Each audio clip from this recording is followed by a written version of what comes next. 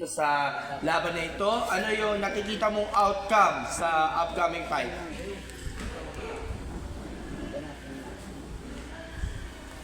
Go lang.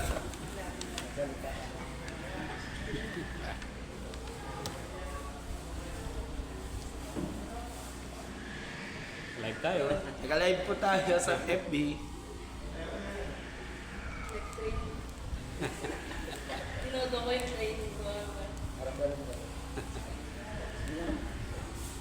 Tinodo ko yung training ko kahit pinugugod na ako sa magulang ko. Hindi ako pinapayari sa sinipilit.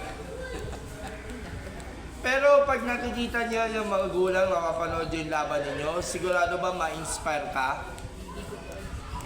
Ayan. Medyo may pagkaiya din si ate. Pero ano masasabi mo muna sa inyong mga fans, especially sa mga babae, na gustong tumakak sa inyong landas na magiging MMA fighter?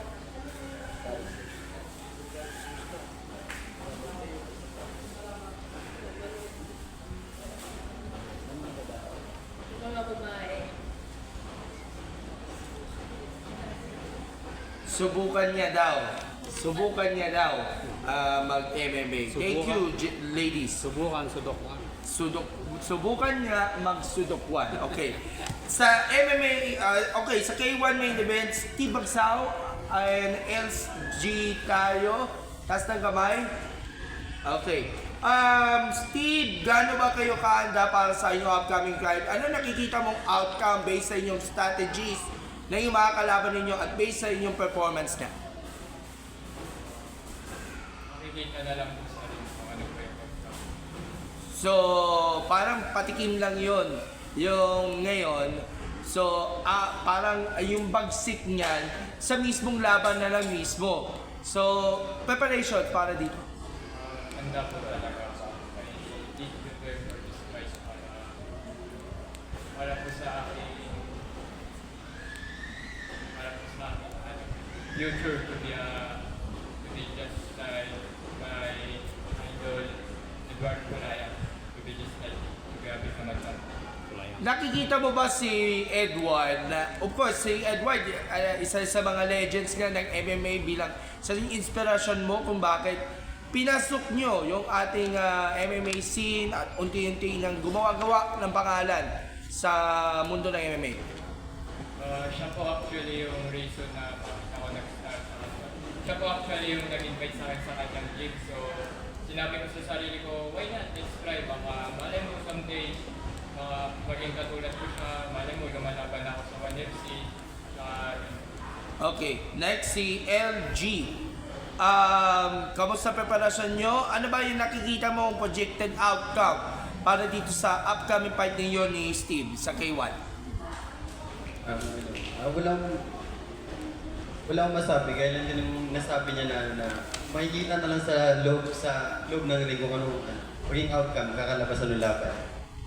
Okay, so based sa inyong performance na in the previous fights, titiyakin pa ba natin na nasa maayos kang kondisyon para dito sa yung papalapit niya na main event sa super fight niya ng sa K1?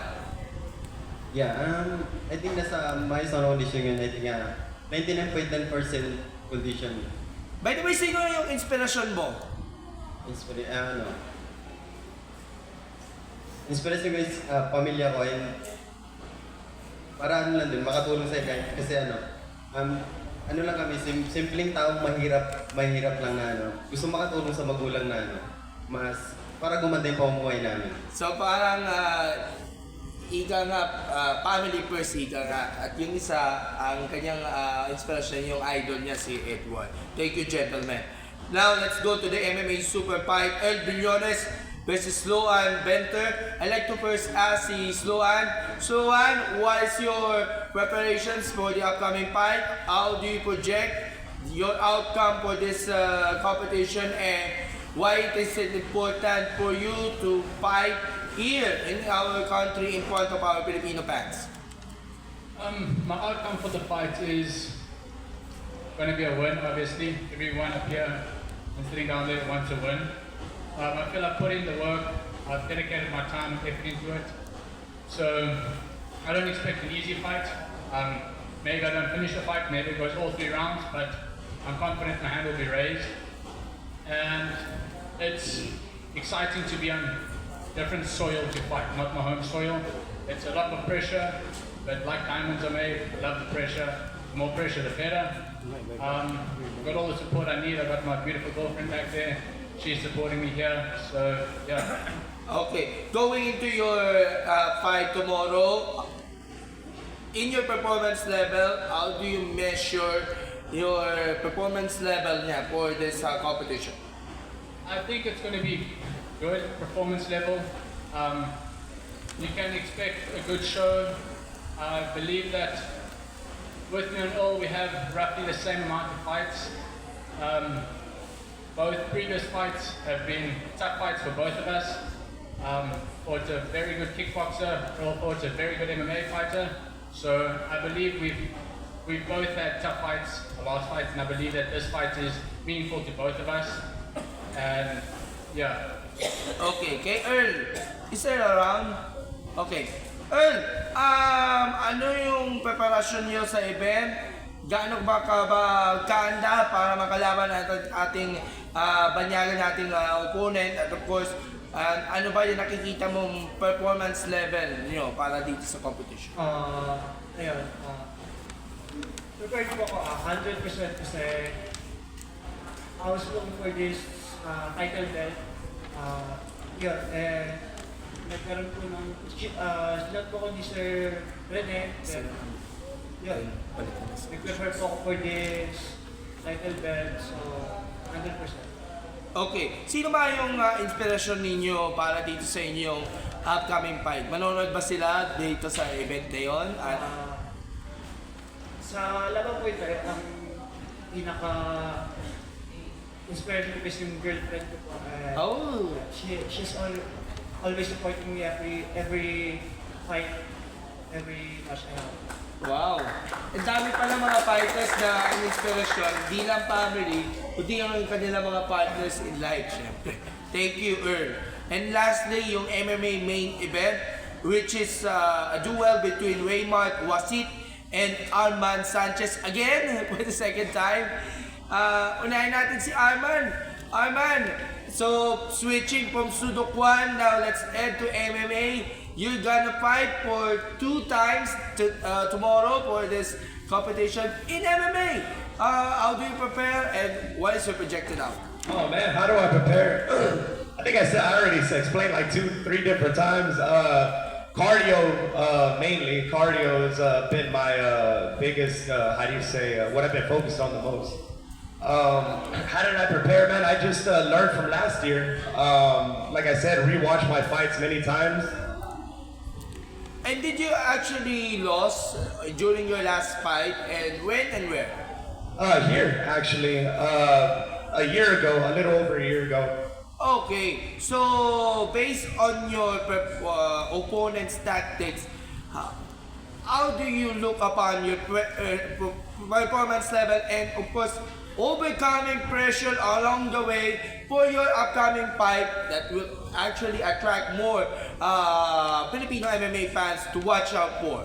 Yeah, well, like I said, I'm a lot more confident than I was last year. Last year, all I had was like jiu-jitsu training, and I didn't really, I guess you can say I didn't underestimate him because I'm not one to underestimate anybody, but in a way, yes, but he proved me wrong and I'll give him that.